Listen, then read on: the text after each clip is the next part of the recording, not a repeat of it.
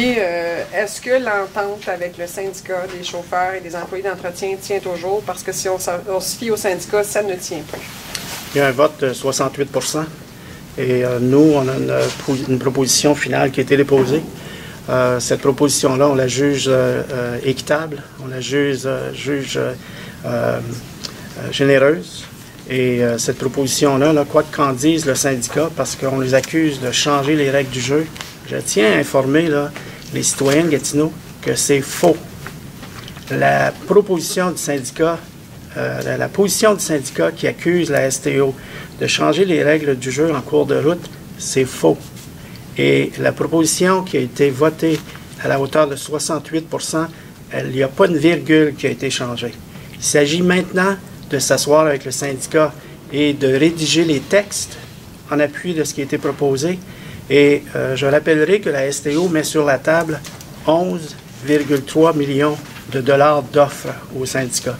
Je rappellerai qu'on met sur la table l'augmentation qui frôle 9 d'augmentation sur 5 ans. Donc, moi, j'invite l'exécutif syndical, maintenant, à venir s'asseoir avec nous de façon raisonnable et à maintenant s'entendre sur ce qui reste à régler, c'est-à-dire les griefs. Et ce qui est important de comprendre, c'est que la position de la STO sur la résolution des griefs et des plaintes est la même depuis le début. Nous, là, c'est une proposition globale. On veut régler l'ensemble des griefs, sauf 2 catégories. Et ça, on le dit très clairement. Et les griefs qu'on règle, c'est à la hauteur d'à peu près 90 des griefs qui sont réglés par la nouvelle convention collective. Et il y en a 2 que le syndicat veut exclure de l'entente et qui sont aussi liés au contenu de la nouvelle convention collective. J'ai beaucoup de difficultés à suivre cette logique-là, je vous avoue. Et nous, notre démarche, elle est cohérente, elle est constante et elle va demeurer cohérente et constante jusqu'à la fin. Le syndicat dit que le vote de 68 portait autant sur les griefs que sur la convention collective et non seulement sur la convention collective. Donc, si on enlève les griefs, ça ne tient plus... Il n'y a personne ici qui était présent à cette réunion-là, donc posez la question au syndicat. OK. Mais non, on l'aura posé, c'est ce qu'on dit. Donc, est-ce que vous pensez que est-ce que vous pensez que le vote peut changer ou la position, comme on a dit, du syndicat veut... L'employeur n'a aucun contrôle sur le vote. Ça augure comment pour les relations de travail? Ça a été difficile, ces négociations-là. Ça a été difficile, ce conflit-là. Les gens ont regardé ça un peu comme si on assistait un peu à un match de ping-pong. À un certain moment donné, là, on se renvoyait la balle de part et d'autre. Alors, ça augure comment pour les relations de travail? Là? Nous aussi, là, notre imputabilité puis notre responsabilité, c'est envers les payeurs de taxes, c'est envers les usagers de la STO. Je vais vous rappeler que quand on a commencé les négociations, les demandes syndicales étaient à la hauteur de 18 millions de dollars. Et je vais vous rappeler, comme je l'ai dit tantôt, là, toutes les rencontres administratives avec ce syndicat-là et en présence d'une avocate. Donc, non, ça augure pas bien tant aussi longtemps qu'on est dans ce genre de relation-là. Moi, j'ai 30 ans d'expérience en relation de travail, j'ai jamais vu ça. Je n'ai jamais vu des réunions administratives avec les avocats présents. Et qu'est-ce que ça fait? Ça développe la méfiance, ça développe du positionnement de défense et ça n'augure pas bien, non, tant aussi longtemps qu'on est là-dedans.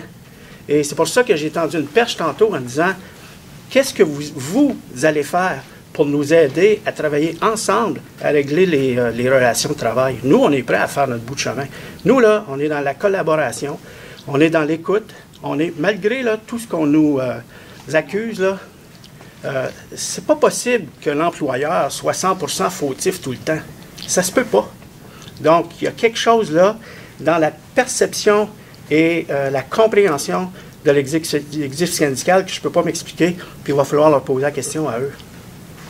Juste pour que je sois bien certain, la convention collective, ça avait été voté, accepté par le syndicat.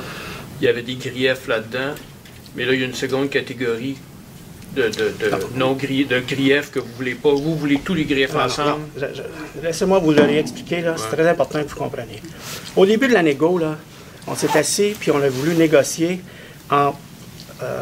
avec la compréhension qu'on mettrait le contenu de la convention collective et les griefs et plaintes ensemble. On a réalisé que ça ne marchait pas. Donc, notre porte-parole a dit, on va séparer ça. On va s'entendre sur le contenu de la convention collective. Et une fois qu'on se sera entendu sur le contenu, on va ramener la question des griefs et des plaintes. Okay? Puis là, M. Brunet, si je ne représente pas bien la situation, vous allez m'aider. Donc, c'est ce qu'on a fait. On a séparé ça. Donc, on a une entente maintenant, une proposition d'entente sur la négo.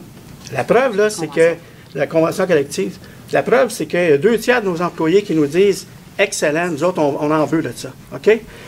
Donc, ça, c'est pour nous, là, le vote là, de 68 % il tient. Et il est sur la proposition patronale que l'on juge équitable. Une négociation collective parfaite, là, c'est quand les 2 parties là, vont chercher leur compte. Nous, on juge qu'on est là-dedans. Là, OK? Maintenant, il s'agit qu'on s'entende sur les griefs.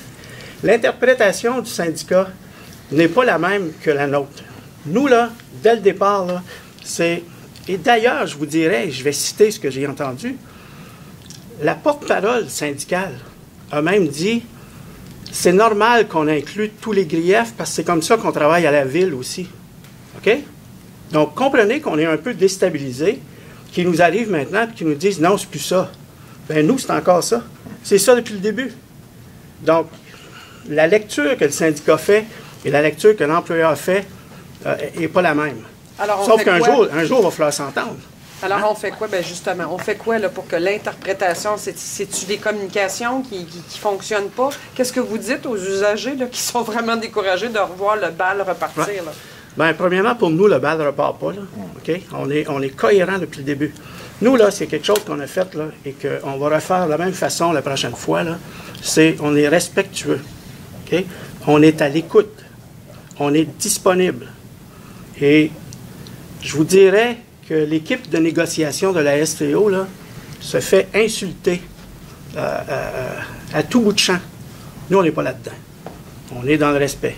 Et ce qu'on veut, c'est que le vote de 68 %, là, qu'un jour, on mette la signature des 2 parties dans le bas d'une convention collective et qu'on travaille ensemble pour rebâtir la paix syndicale. Est-ce qu'on est là? Non. Est-ce qu'on va y arriver? Moi, j'ai espoir qu'on va y arriver. Mais il faut que le syndicat nous démontre des signes de collaboration. Et comme c'est là, je ne les vois pas. Merci, M. Carpentier. Ça va. Merci beaucoup.